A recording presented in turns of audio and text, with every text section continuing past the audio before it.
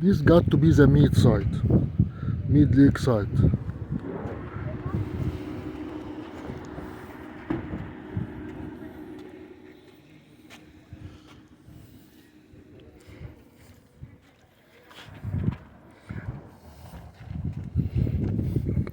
Yeah, this is where mid lake is. You can see the nets, I think, to prevent the debris and stuff like that from, or any object underwater,